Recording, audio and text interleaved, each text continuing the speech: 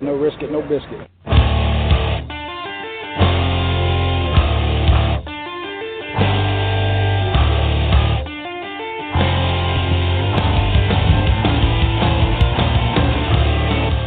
Coming from the Arizona desert, presented by SBNation.com. For Arizona Cardinals fans, by Arizona Cardinals fans, with outsider and insider's perspective, this is Revenge of the Birds.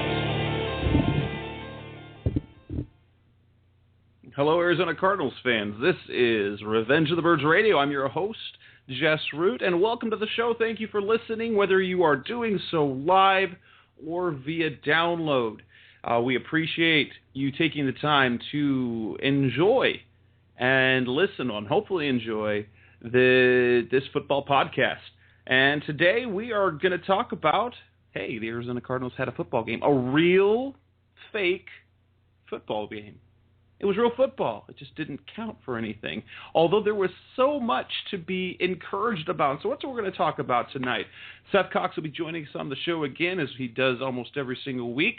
And we're back in football season, fans. We're back in football season. It's good news. The Arizona Cardinals opened up their preseason with a 32-0 drubbing of the Houston Texans. However, if you were paying attention on national media, it was all about Jadeveon Clowney, how he dominated. He was unblockable in his one tackle for a loss.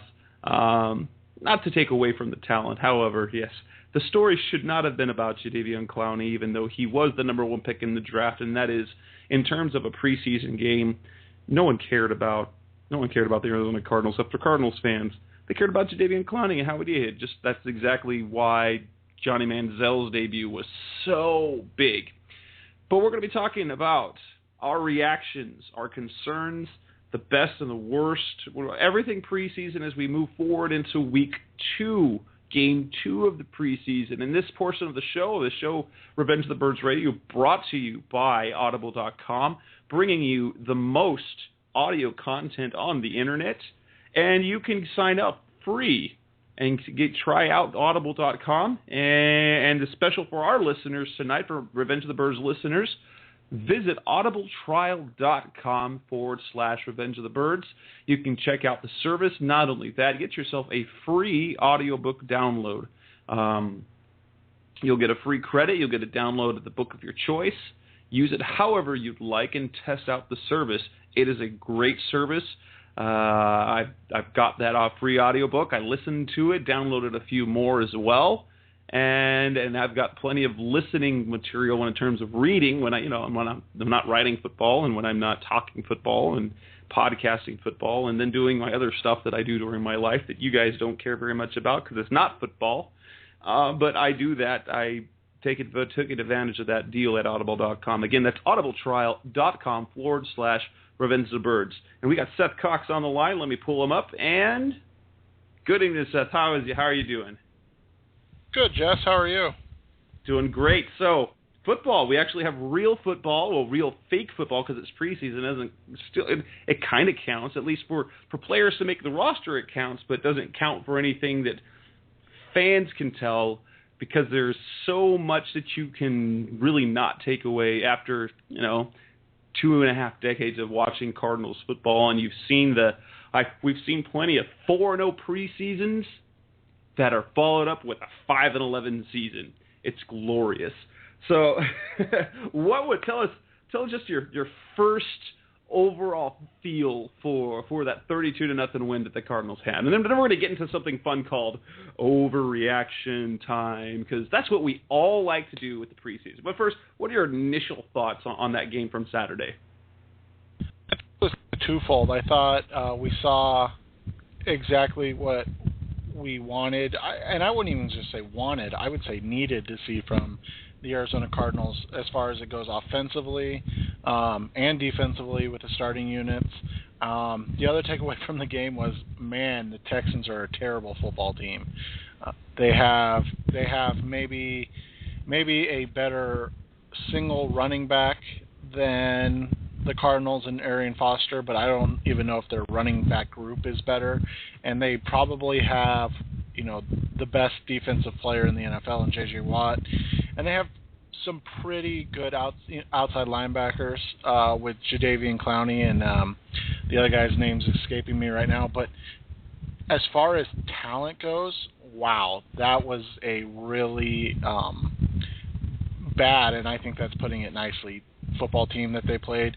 So I think you shouldn't be discouraged if you're a Cardinals fan when you hear that. I think you should be encouraged that they took care of business like they were supposed to, and in terms of that, I think you have to be excited. Well, and my initial thoughts, it was great to see because more than anything, there were definitely things to be pleased about. There were enough things you came away from that game. Yeah. Now, granted, this was a Texans team that was terrible last year, but they didn't look good. But the way the first team offense just moved down the field, the way the defense just did their job, and again, that they were without some of their top skill players.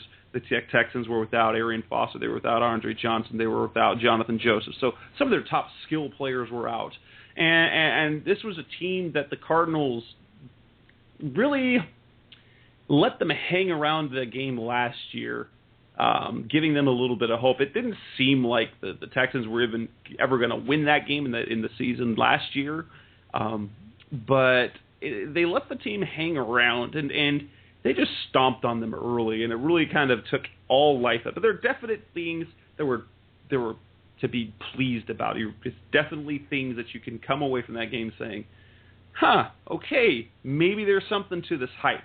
But let's go ahead and start with the overreaction game. So preseason overreaction, those impressions. Seth, I want to you give us your two just crazy overreactions just from that game. I think the first one would be that the Cardinals have their quarterback of the future in Logan Thomas. Obviously, I wrote about it, and it'll be on the website tomorrow. But what he did was excellent in terms of numbers wise. 11 for 12, 113 yards. Probably the best play of the game was obviously the touchdown he threw to end the game, or to end kind of his time on the field. Really showed what he has in terms of ability and talent. But I think from there you look at just kind of what he did, hitting receivers in stride, being able to do a lot of different things, really, showed that this is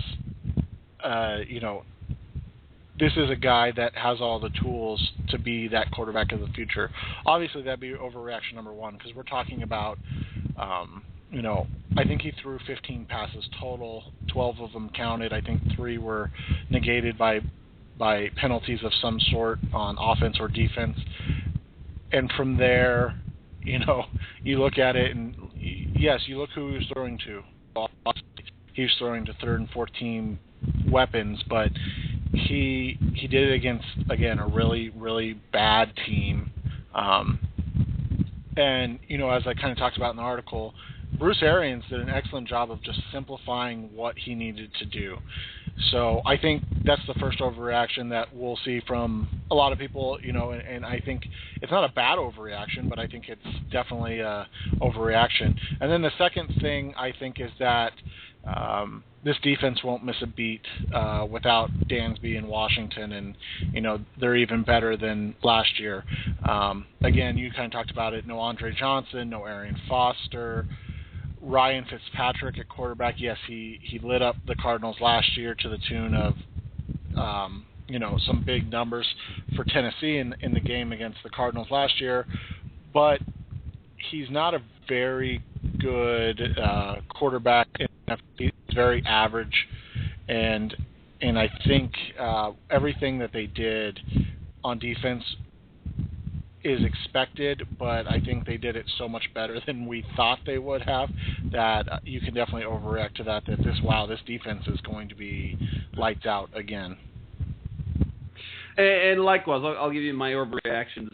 The overreaction that you can tell is, hey, Logan Thomas, who needs Carson Palmer next year? I mean, forget Carson Palmer. We we discussed a little bit about this on Twitter is or maybe offline, but was the fact that little glimpse of what Logan Thomas showed will come to play likely and if he does it again in the other preseason game that he's going to play in, when the offseason was around and Carson Palmer, or at least during the season when they think about redoing Carson Palmer's contract, they may be able to play a little hardball with him, which I don't know right or wrong. I think in the end it will mean Palmer gets a 2-year extension because he won't want just a 1-year deal. But that you could see that, hey, they could roll with him next year if he shows enough promise, even just in a meaningless preseason game, that they could roll with him next year. And Arians isn't the type of guy, and really, he doesn't believe the idea of just having a quarterback sit. You don't learn anything on the bench other than how to be a professional. You don't learn anything football-wise. And so that's the first one. Logan Thomas, or as our group on Twitter is, Logan Thomas, start fitting that bus for him. Start fitting that bracket. He's going to the Hall of Fame. And then the other overreaction would be, oh my goodness, Carson Palmer's going to have a Peyton Manning year. 505, looked great in that first. It looked absolutely fantastic in that first drive. And on top of that, you just say, wow, he's going to throw for 40 touchdowns and 2 interceptions and for 5,000 yards. Super Bowl, here we come. But I will say, Carson Palmer, that one drive that he was out there was a thing of beauty. It really was, and I thought, again, if you wanna kind of spin it into what went well, he used all his weapons. He really did that Carson Palmer thing where he hit a number of different receivers at different times to make big plays. He, was poised in the pocket. The offensive line did a good job of keeping him clean. Obviously, the sack that Johnson up J.J. Watt, but as we talked about a little earlier, you're not talking about just any player. You're talking about probably the best defensive player in the NFL in J.J. Watt. And Veldier got put on skates a couple times by Clowney on the outside, and luckily Palmer was able to get rid of the ball before contact. But I thought the offensive line did enough to keep Palmer clean. You saw it again, something that you and I have talked about numerous times going back to last year. A lot of those throws were quick, short throws, 3 steps, 5 steps, balls out, and that's what Palmer did so well last year. Obviously you'd like to be able to get the deep ball in every once in a while, but if you're moving the ball like that, and again, a preseason overreaction, obviously, but if you're moving the ball like that, you really don't need to worry about a deep ball at that time because it's going to come when they start having to play up tighter and in tighter zones, and then all of a sudden John Brown's able to take off the top of the defense. I think if you want to go... Oh, go ahead. I was saying, but at the same time, we did see that because in that same drive, you saw the throw down the field to Brown and then the throw further down the field to Hausler that worked out. They had big plays on that same drive, so he even saw that early. So he was getting the ball out early, and then took shots down the field. It wasn't a classic. It wasn't your go route, but which as some of your articles over the last year have shown, that's not Carson's strength, and he's actually not very good at it, and the results showed it. But when it comes to other routes, we're coming across the field, he's down the field. It's good. He's really good at that, and we saw that with the throw to Brown on third down, that first third down, and then again with Hausler later in the drive. And you kind of look at his throw chart, and he threw once over 20 yards. Obviously, he only threw the 5 passes, but he threw the one time over 20 yards, complete, as you said. He got 2 over 10 yards, and then he had the one short one to Hausler that was under 10 yards in terms of in the air, but it was, like you said, it was almost a 40-yard gain. I think it was 38 yards. So you're talking about really a really diverse route tree they ran. He used all his weapons really well, and it really shows kind of where they are at in terms of comfort level with the passing game, which is obviously, if you want to go, and I don't even remember if you had this lined up on the show, but if you want to go, negative overreaction. Well, it's an overreaction. Any type of overreaction, go for it. Yeah, I think you have to say the running game is still fairly worrisome, especially with that first unit. They only ran the ball twice, and they really didn't get any movement at all, and so that's another concern. And really, they didn't get any movement at all on any three levels of the offensive line schemes. But that would be the one from the first offensive line. If you want to nitpick something out, obviously we can talk a little bit more about Cooper later on. But if you want to pick something out, it would be that there wasn't a huge push at the line of scrimmage. It was really more of a stalemate.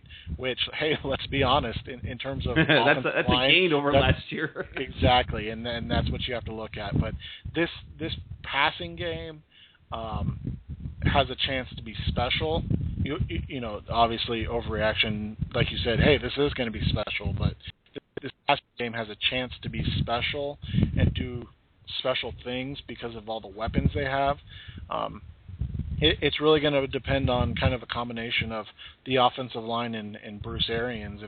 If Bruce does not fall in love with trying to get the ball deep too often and continues to run those short crossing routes that he's really implemented the last year, and then we'll see that, and I think you can talk about 4,500 plus yards for Carson Palmer, barring health.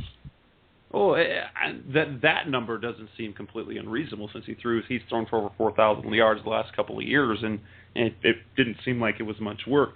Forgot the most obvious overreaction. John Brown is going to go for 2,000 yards. That John Brown hype is getting bigger and bigger and bigger. And I mean, he had the 5 catches, but if those other throws were in the right spot, he might have 150 yards in that first half alone. So yeah, the whole legend of John Brown is growing rapidly, and we're ready to pencil him in for 2,000 yards receiving already. They're just going to throw the ball down the field to John Brown. He's going to be open every single play. Pencil him for that. That's the other big overreaction for the game. Let's dial it down a little bit and now talk about the best parts of what we saw. Dialing it down to more reality level. We've already talked a little bit about it in terms of the overreactions, but again, this is Revenge of the Birds Radio. This is Jess Roop talking to Seth Cox. If you had a comment and you're listening live, give us a call, 646-478-3787. Again, 646-478-3787. This is Revenge of the Birds Radio. Jess Root on the line talking to Seth Cox, as we do after a Arizona Cardinals game. And we're going to look forward to that. Thank you for listening live or via download. We're talking the best part of the game that we saw. There was so much to be optimistic about. The defense shut down. I mean, with the 2 drives that they were on the field, they did the 3-and-out, and they had the interception. They just did their job. The offense, there was a little bit concern of the running game, but that passing game was so good. There's just a lot to. That was, mind you, that was without Larry Fitzgerald. I mean, without Michael Floyd in the game, and that was without Teddy Ginn. So you were rolling with Larry Fitzgerald, John Brown, and Jerron Brown, and you have to be super pleased at the idea of the depth they have at receiver. So there's good things about, hey, the passing game looks good. Carson Palmer, and I'm actually breaking this down thanks to Sean Church, who put the images out there. He broke down that touchdown pass to Larry Fitzgerald, a thing of beauty, and that'll be up published on Wednesday on RevengeOfTheBirds.com. And it goes step by step, and you show Carson doesn't even look at a single receiver until right before he throws it to Fitz. It was a thing of beauty. He looked at the defenders. He looked at the corner, and then he makes the throw. He doesn't try to dial it into Fitz. He didn't look at a single offensive player until he made the throw when he saw. So there, you see that Carson is more comfortable. You see that the receivers are knowing what they're doing, and that the offensive line is doing enough that, goodness, this will be fun to watch. And then defensively, there was enough to be positive just early on. Go ahead. What were the best parts of that win to you?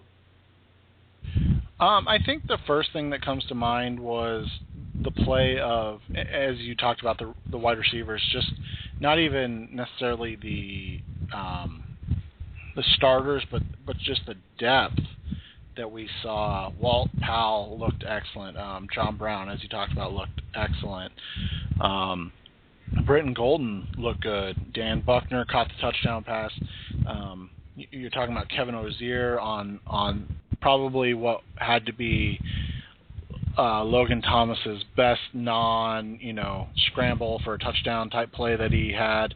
That throw was pretty. Oh. Yeah, the post route, the 22-yard gain on that post route that Logan Thomas threw.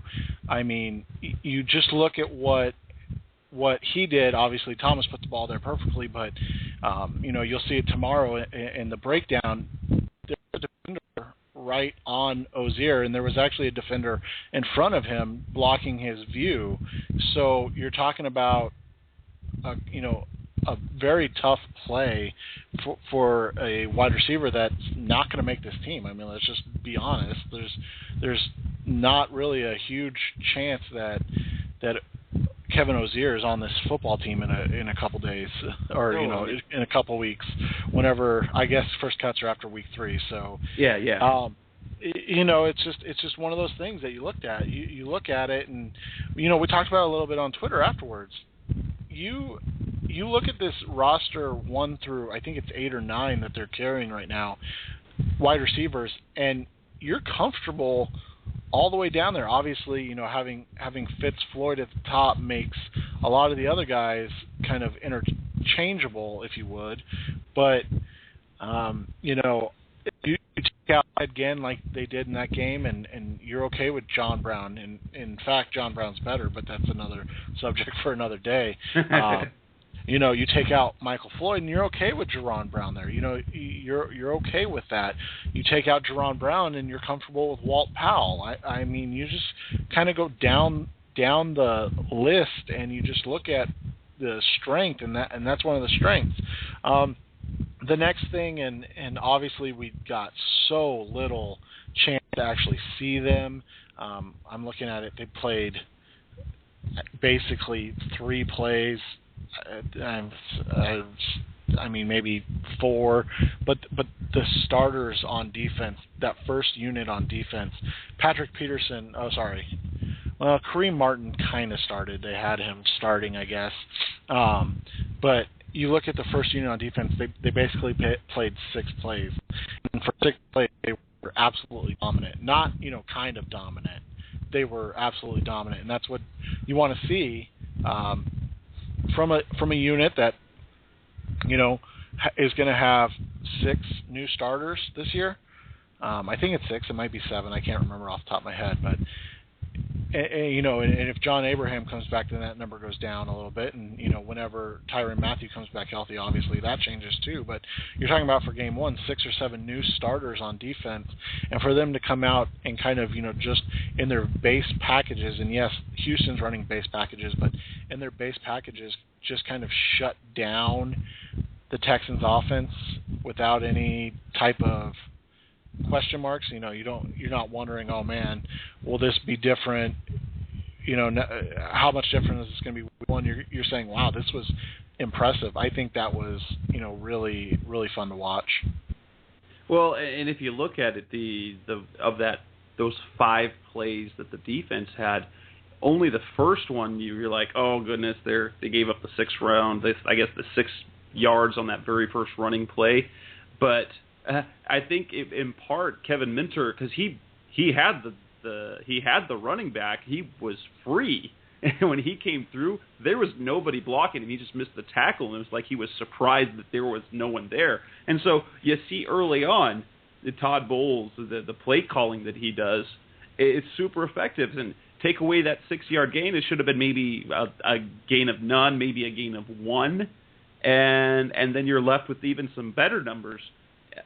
It was just really impressive just to see that little bit. Now, granted, we know that just a perspective preseason game, Houston Texans who have a new coach and new quarterback, and a new quarterback who isn't a very good quarterback. He's kind of the guy who can do nice things, but he's a guy. He's Ryan Fitzpatrick. I mean, he was a guy that started for the Bills for a while and then started for the Titans.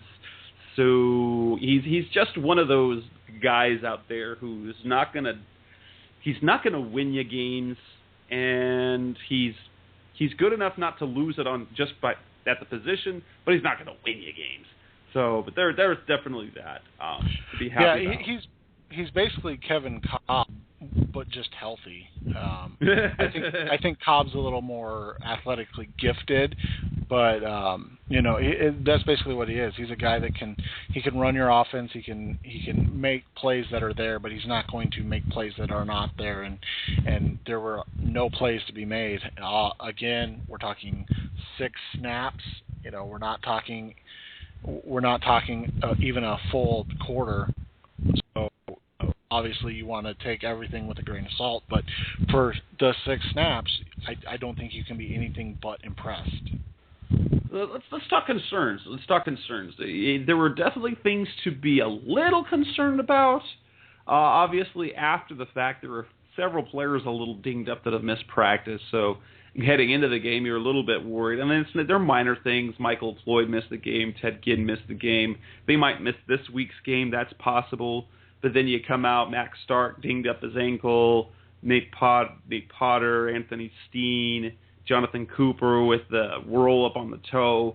So there are a little bit of concerns you don't like to see. Granted, they haven't had that big injury that's happened almost every single year in the last 3 years, but there are definitely concerns. And I think the first one you look at is the one that stands out the most is Jonathan Cooper.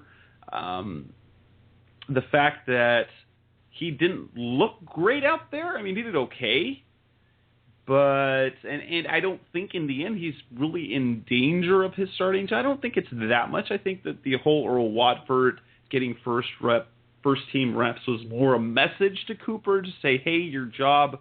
It's more to say, hey, just to remind you. But I don't think there's any danger of him losing his starting job. However, there's a little bit concerned. He didn't move as well as you had hoped, and we know that's going. He still got the rust to shake off, but then he gets rolled up on, and he hurts his toe.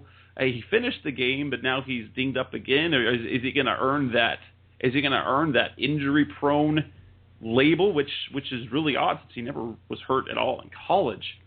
So that's got to be concerning. And then obviously the running game, which did nothing early on, and really for the most of the game. I mean, you saw Andre Ellington, but they didn't run the ball much. Stephon Taylor wasn't impressive at all. He was kind of Rashard Mendenhall-like. And I know some of those yards came on that play by Clowney when he bottled him up for the -5. Parmalee actually looked like the most effective back. I mean, and he's a guy that might make the fifth running back on the roster, maybe, and that's because of what he does on special teams. So there's definitely concerns right there. I also had a concern because I didn't get the sense. Now maybe I didn't feel like until very late in the game that the Cardinals were really getting any pressure on the quarterback, and they didn't really need it. But I didn't feel like they were making the quarterback move around or rushing their throws. I didn't get that impression. Did you? No, and that was something I talked about a little bit on Twitter. It's kind of a double-edged sword because honestly, there weren't a ton of dropbacks with a lot of deep drops. You're talking more a lot of dropbacks and get rid of the ball. But I definitely agree with you. They didn't get really to the quarterback until late, and I think I'm going to give that one this week a pass, partially because, as we talked about, we're only talking about 6 snaps for the starters. But the other part simply because I don't really think they had the opportunity to do a whole lot in terms of getting to the quarterback, just because of the Texans' offense and their short throws, their quick throws. So I mean that's it was a little frustrating, but again, I think that's something that you take with a grain of salt, and you put it in your, I'll put it in my what we need to watch more in week 2, especially with the Minnesota offense that's more inclined to, I don't want to say run deep routes, but they do have a more vertical offense. That's North Turner's style, similar to Arians. And so, we saw the Raiders, I believe it was, get after Teddy Bridgewater and Matt Castle a little bit last week. So you could see that opportunity for the Cardinals as well this week. And I think you'll pay a little more attention this week into what happens and if they're a little more successful with their pass rush attempts. So what are the other concerns that you left the ball game with? You mentioned a little bit early, at least in the running game, but what are some of the other concerns overall that you have overall with the team out of that game? I think kind of on the head with Cooper, and it's not necessarily like it's a concern that you have because you're concerned what's taken this guy so long to get back into football shape, to shake the rust off, to kind of get not even back to where we expected him to be, but just to get back to the level of where he looks like he should be the starter. I mean, all things considered, Earl Watford played better than Jonathan Cooper, and we're talking about when they were, when Watford was getting time at right guard and Cooper was the left guard. So it's not necessarily that Watford looked better going up against, the lesser players of the Texans. There were a couple times, I think it was the Texans' second team defense, because it was in the second quarter when Cooper was still in, that he pulled around on kind of power plays. He was actually knocked off his pulling route and into the backfield by the defensive lineman or the linebacker filling the hole, and that's what's most concerning to me. There's a lack of physicality that was not apparent in any of his, the pre-draft stuff, and then at all in the first 2 games of the preseason last year before he went down. So I think that's kind of concerning, and maybe you can answer this for me because I couldn't tell. He kind of seems fat. I mean, is he still really out of shape? That's the thing. He doesn't seem to be. From what I hear, he's always in the weight room. He's built like an offensive lineman, and he doesn't look out of shape. I mean, I think Max Starks looks very thin compared to last year. But I don't look at Jonathan Cooper and think, no, out of shape. He looks like, to me, he's what I remember him a year ago. Okay, it may have just been the angle that he was at on the TV, but his gut looked a little bigger, so I didn't know, and somebody had asked me if I remembered him having a gut last year, and I don't, but of course I could just be having the fond memories of this elite athlete moving around last year. That wasn't true. So, but that was one of the things I had a question on, and you were up close and personal with him more last year than I was, so I didn't know if you remembered it. Briefly, since once he went on injury reserve, he disappeared. But yeah, briefly. So, other than that, I wrote about it. You don't want to harp on it too much, but Cannon, Nicholas, and Martin, their first 3 draft picks all left you wanting more, I think is the best way to put it at this point. Martin was really heavily exposed in his run defense already. He's obviously not, he's not he doesn't understand how to use his length and athleticism to his advantage. That's obviously something that they're still working on him, working with for him. Obviously, there's not a better person to learn from than Calais Campbell, who's slightly bigger than Martin, but kind of the same build, same size type guy. So that's something to watch. Buchanan, he was around a lot of plays. I wrote about it. He was around a lot of plays, but he wasn't making any. Again, it's not anything to concern about. Nobody's saying he's a bust or anything like that. And he wasn't asked to do anything in terms of coverage. I mean, I think he only had a handful. Yeah, he was in coverage 13 snaps. Most of them were zone coverage from what I saw. Obviously, you don't have the coach's tape, so you can't do a whole lot with it. But it wasn't anything to be concerned with. But with a guy like him, you would prefer to see him making plays and not just around plays, so to speak. And then Troy Nicholas, I thought obviously they're holding back on using him in the passing game because of his hand issue.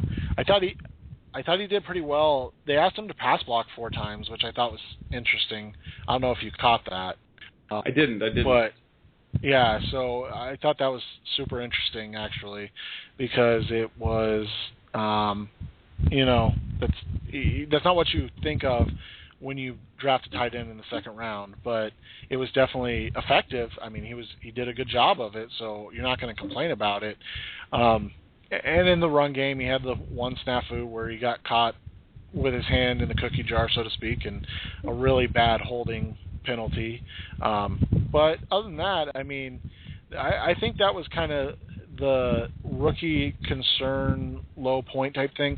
But I think part of the reason, and I know I'm kind of rambling here, but I think part of the reason is because you're talking about John Brown, Logan Thomas, Ed Stinson, and Walt Powell all looked really, really solid. So you may be like, hey, why aren't you first rounders, you high draft picks looking as good as these low draft picks? But in all honesty, outside of Brown, those guys didn't face the first team guys. So I think they look like rookies against the first team guys, and I think the other rookies look like superior players to going up against third, fourth, fifth string guys. When we talk about individuals who stuck out, we've obviously talked a bit about this already, but let's dial into the players that stood out. Obviously, John Brown stood out. The kicker, Chandler Catanzaro, he stood out. That's another one of those overreactions. Oh my goodness, he's wrapped up the job after one game. I mean, never mind that he's been up and down in practice. The game film that he put together, the deep kickoffs, nothing. I think the shortest kickoff was 5 yards deep in the end zone. He put 2 out of the end zone. Then he hit all 6 of the kicks between the 3 extra points and the 3 field goals. He stood out. I mean, it stood out as, hey, it looks like he doesn't, at least right now, it looks like he doesn't shy away from the bright lights. Earl Watford stood out. Logan Thomas stood out. He didn't look at all. I mean, he looked like he knew what he was doing out there. And again, yes, he's played against second and third teamers and fourth teamers, but he looked like somebody who knew what he was doing, which is what you want to see from your rookie quarterback.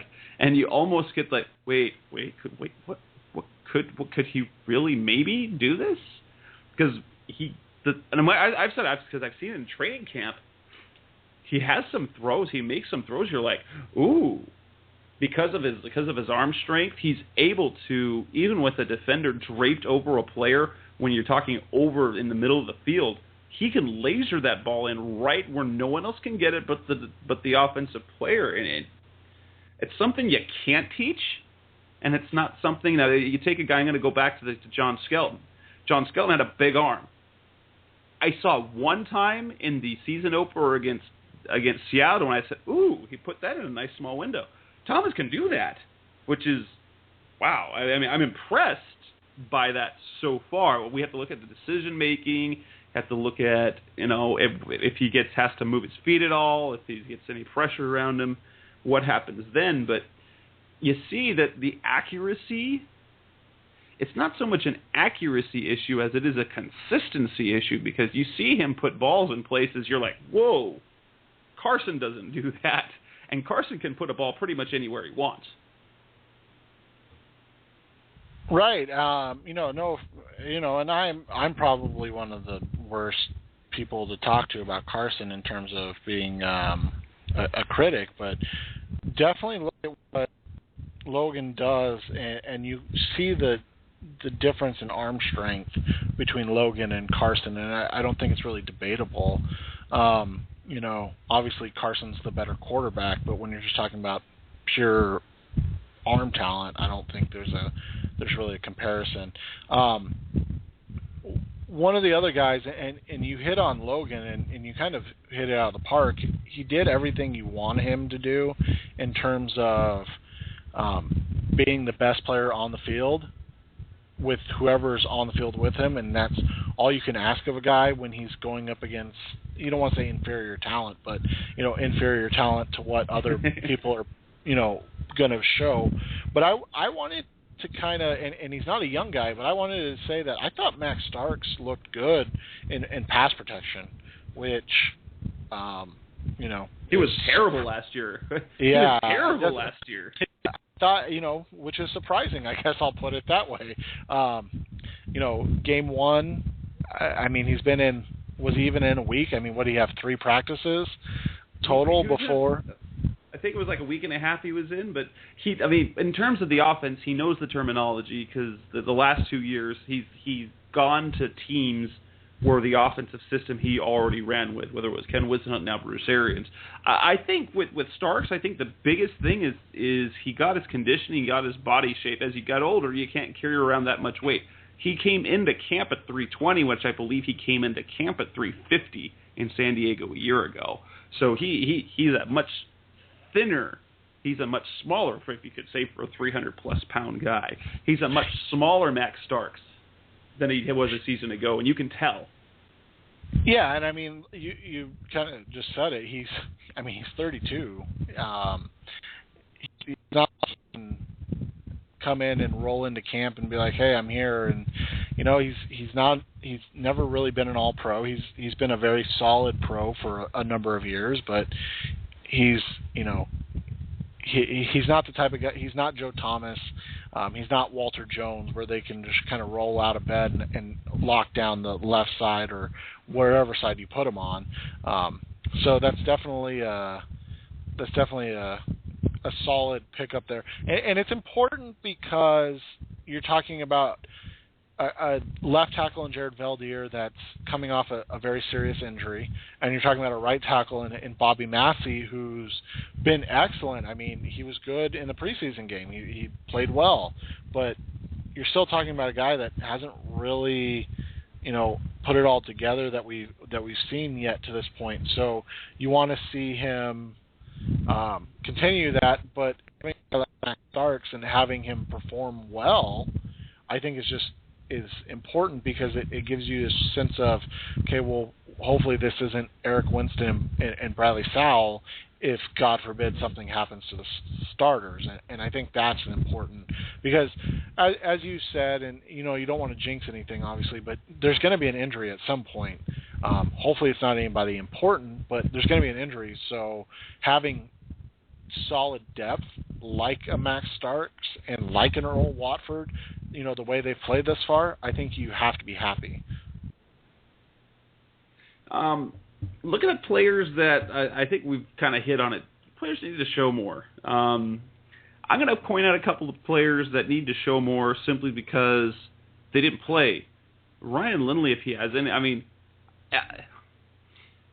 Ryan Lindley, you almost have to think there's no way he makes this roster. But if he's even going to have a chance anywhere, he's going to have to show, he's going to have to look at least as good as Logan did this last week. And Jay Feely, the pressure's on the veteran to really be very good. He's going to have to do a little better on kickoffs. He's going to have to He's not going to be able to miss any field goals. He's got a lot of pressure on him. And then other than those two who didn't even play, I think a player you're going to have to see step up is Teddy Ginn, who didn't play either when it comes to the receiver position, even though there doesn't seem to be any real talk of Brown overtaking Ginn. Ginn is still, I guess, number 3, but I don't see how you can keep Brown off the field. So if Teddy's back, he's going to have to show something in the passing game. Otherwise, he's going to become, return specialist. Yeah, and I think the next guy you want to see a lot, or a little more from, and that's just because, as you said, and as I kind of talked about just a minute ago, you want to see more from your depth guys, and I think Ted Larson comes to mind. He played okay. I mean, he was decent, but he got a lot of snaps, and there was, again, we said no push in the running game, especially up the middle. I mean, they did absolutely nothing running off, the center or up the middle. I'm looking at it right now. They had, between right guard, left guard, and center, they had a combined 10 yards rushing on 8 attempts. So, a lot of those were while Larson was in. So you want to see more from Larson because of, sitting line, while it's just changed and you're talking 3 weeks, you're also talking about a very large man who, is having a lower leg injury, and we see kind of what happens with that with Jonathan Cooper. So I think that's next. I guess the next guy for me would be, and this is only based on how bad the injury is for Nate Potter, but Bradley Sowell. We talked a little bit about it on one of the articles. I can't remember which article it was, whether it was one you wrote or I wrote or something, but in the comments they were talking a lot about who do you keep on this offensive line as depth, and your 5 starters will probably not locks or are basically locks at this point, I would think. So you walk into, now you're talking depth, and who are your depth guys? I think we all know Max Starks is their depth at kind of swing tackle depth, but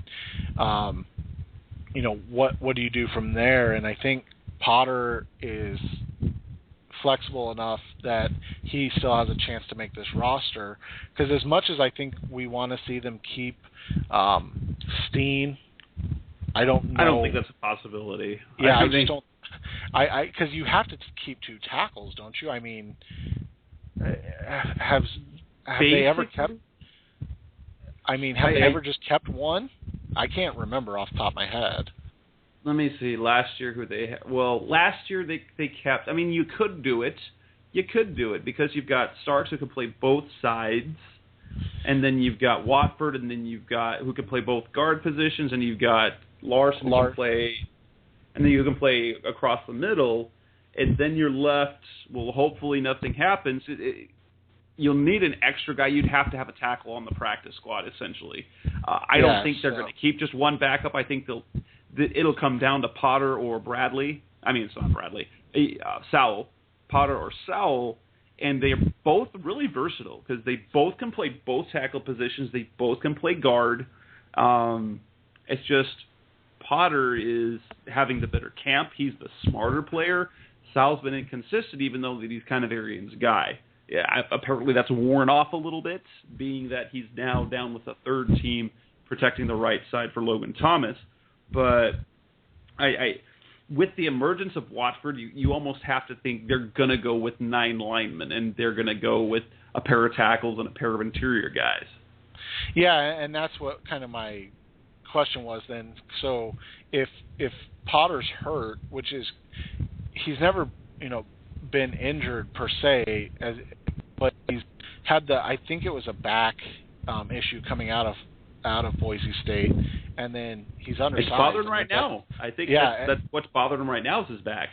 And that's kind of what we have always talked about with him is it's never been a question of his technique. It's never been a question of his intelligence. It's always been a question of this guy's really small to be a tackle in the NFL. So I think that's where you're kind of sitting at with this, because now all of a sudden it's like, okay, Bradley, Sal, show me something. Because if Potter can't stay healthy, then you want to see something from Sal, because, again, while Starks is your swing tackle, and he's the first guy off the bench, you still want that depth. You want to be able to trust somebody. So I'm going to be looking at that. And then, obviously, for me, and I don't know what Arians is going to do on defense. It sounds like the first-team offense is going to play. They're going to take a snap in a couple of the field, and they're going to move everybody else on with the second team or something like that at this point. But I don't know what he's going to do with the defense, and so I want to see more Minter. Hopefully he's healthy and he's playing. Obviously that's the most important thing, but I would like to see more of Minter and what he's going to do on this team, because, as you said, he missed a big play opportunity, and that's something that didn't happen a ton last year with Dansby in Washington. And one of the things that I'm going to talk about heading into the season, the big question marks, and I'll give it away here, and I've talked to you about it, is I don't think the question is can Minter and Foote make plays. I think the question is, where will Minter and Foote make plays? And if they're making plays instead of 4 to 2 yard gains, and all of a sudden it's 4 to 5 yard gains, now you're talking, a big difference in terms of productivity from your linebackers. Yeah, they're still going to be putting up similar numbers, but it's happening further down the field, and that's where trouble creeps in. So I think that's what you need to watch in terms of what's happening with Minter and Foote, is not if they're making plays, but where they're making plays right now. And that's definitely a valid point. Obviously, they feel confident in that edge that they set on the outside, about the defensive line and then the 2 outside backers and the edge that they set, which really can keep them clean. And they needed to last year. They kept Washington clean to make plays. They kept Dansby clean. They don't have to do it as much for him as they did Washington, but from everything that Steve Keim is saying and Bruce Arians is that in many ways Minter should enhance that rush defense, because he doesn't have to be kept as clean to be able to make plays. He can shed a blocker. He can take on a guy and still make a play. So that'll be interesting to see. As we enter the game, enter this Minnesota game, I'm really interested to see how they react on the road. They haven't practiced outside. They haven't played any outside football at all.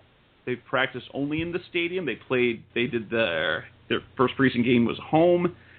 So it'll be interesting. How do they do on the road? Especially, there are some younger players. The veterans I'm not too worried about, but we're going to see a lot of young players. Are we going to see a drop-off? Are we going to see a sense of urgency? Because that would be really cool to see, especially with the first team, if the mentality is, hey, we're going to take care of business. The first team offense goes out, scores a touchdown first time down the field. First team defense goes out, forces a punt, gets a turnover, then they turn. You're seeing that urgency. That's what I want to see. I want to see that urgency of that first unit to be able to do what they need and execute and get off the field. And then after that, it becomes evaluative. And then you're saying, okay, where on the depth chart is he going to be? Who's going to make the roster? Who's in play? I want to see more from Stephon Taylor. For the guy who wants to be, he wants to be a number one back. He's not going to be with Andre Ellington around, but he's too much, 1 yard, 1 yard, 2 yard, 2 yard, minus 1 yard, 5 yards so far. And I want to see more from him in the running game before I'd say, hey, run with Dwyer or Hughes or whatever they decide to do. What are your thoughts entering the Vikings game? Is what you want to see, what you're hoping to get out of that as a fan? I think you must see on Stephon Taylor, Jonathan Dwyer kind of actually present anything in the running game. We talked about this, I think, in the draft, maybe after or before, I don't remember. But I felt like that kind of ignoring the running back position and having, Taylor, Dwyer, Hughes as your running back options was just a bad, second tier type guys, because they don't offer a whole lot in terms of what this offense needs, because they're not elusive. They're all power backs, and that's not a bad thing, but you don't really have a ton of strength in terms of power running game. You need a guy that can make a person miss, or make two people miss before he's in the hole and getting tackled, and that's not necessarily those guys' strength. So you want to see a little something. You want to see, obviously, a push in the run game from the offensive line, but you want to see those guys get to and through the hole in a much quicker route than they have been. After that, I said it at the beginning, and I'm going to kind of stick with it here. I want to see, no excuse this time. I would like to see more from the pass rushing unit. Again, Bill O'Brien's offense is a much shorter passing game, so I kind of understand the whole not getting a ton of work in the pass rush scenarios, but this time you want to see more, especially against Matt Castle and Teddy Bridgewater. You look at what happened to this offensive line, and you're talking about a lot of they gave up 7 sacks in the first game against the Raiders. Obviously not all against the first team, but you still want to see your starters present similar obstacles to the Vikings offense. Funny enough, I don't know if you know this, but 2 of the sacks came from ex-Cardinal Ricky Lumpkin in that game. So goodness, good news. Lump is playing well in Oakland, and he had a good game. But definitely, you just want to see a little bit more from the starters, Okafor and Acho, and you want to see, maybe is that guy John Abraham back? I don't know. I guess we'll wait to see on that a little more patiently. And then I talked about him on Twitter before the game. I said he would be my defensive rookie, or defensive player to watch, and that was Darrell Johnson, and he played okay. I mean, he only got 6 snaps, but he had a sack. So, maybe he continues to show a little bit. I don't think he's even going to make this roster, but if he's creating pressure when he actually gets a chance to play, then maybe he forces his way onto the practice squad and tightens some things up. But if I had to, kind of name what I saw from Alex Okafor, obviously he played a lot of snaps. I mean, he played 36 snaps in the game. He looks a lot like Matt Shaughnessy, and that's not a bad thing, but that's not a pass rusher, and that's what this team needs. They have a Matt Shaughnessy, obviously, so having 2 of those, again, not a bad thing, especially in the NFC West. But the other, 10 games a year, you're going to need somebody that can rush the passer, so you want to see a little bit more from them. All right, as we wrap up the show, we've got coming up later this week, I will have an interview lined up with Daily Norseman, the SB Nation's Minnesota Vikings blog. I will have Ted Glover on, as we will talk a little bit about the Minnesota Vikings, the offseason they had, looking ahead to their new offense, their quarterback fun. It's so nice to not have that quarterback fun. Is it going to be Teddy Bridgewater? Is it going to be Matt Castle? So I will get Teddy Glover on the line in the next couple of days, and I will put the show up. I think I will have that up on Thursday, and then we will see the Arizona Cardinals playing on Saturday. Again, this is Jess Root from Under the Birds Radio, co-hosting with Seth Cox. Seth, thank you for coming on as always. Oh, no problem, Jess. I wanted to say one more thing. I was you opened it up on the show about kind of the Cardinals not getting a ton of pub nationally. one of the things is, if they continue to win games, the national networks will have no choice but to play, Cardinals highlights and things of that nature. So take heart, Cardinals fans. If they do what we all expect them to do, you'll get plenty of Cardinals highlights everywhere all the time. Yep, definitely. But we'll have to wait till the regular season. They're not going to give. They're going to give a rip about their preseason. Well, if John Brown pulls an Anquan Bolden in week 1 in his debut, okay. But the preseason, they're not going to talk. But John Brown is if he pulls the 200-yard game in his debut on Monday Night Football, okay, I'll see that. Then we might see some hype. Yeah, well, and to the national network's defense, and people don't like to hear this, but to the national network's defense, your boy Johnny Manziel, he pulled in a record-setting rating on NFL Network for a preseason game. I mean, this was the most watched preseason game ever in the history of the NFL. So Johnny football all the time. Should we have a Johnny Manziel podcast just to talk Johnny Manziel? Because I think we'll get people will talk to us. People will call in because we're passionate about Johnny Manziel. Exactly. People either love him or hate him, but he's not our problem, luckily, so we don't have to worry about it. But thanks for having me on, Jess. Great time tonight, buddy. All right. Thanks, Seth. We'll talk to you later. Again, Arizona Cardinals fans, this is Revenge of the Birds Radio signing off. This is Jess Root. That's Seth Cox. We'll talk to you another day. Enjoy. You've been listening to Revenge of the Birds. Keep the conversation going by visiting revengeofthebirds.com. Follow us on Twitter at Revenge of Birds. You can also find us on iTunes at facebook.com/Revenge of the Birds.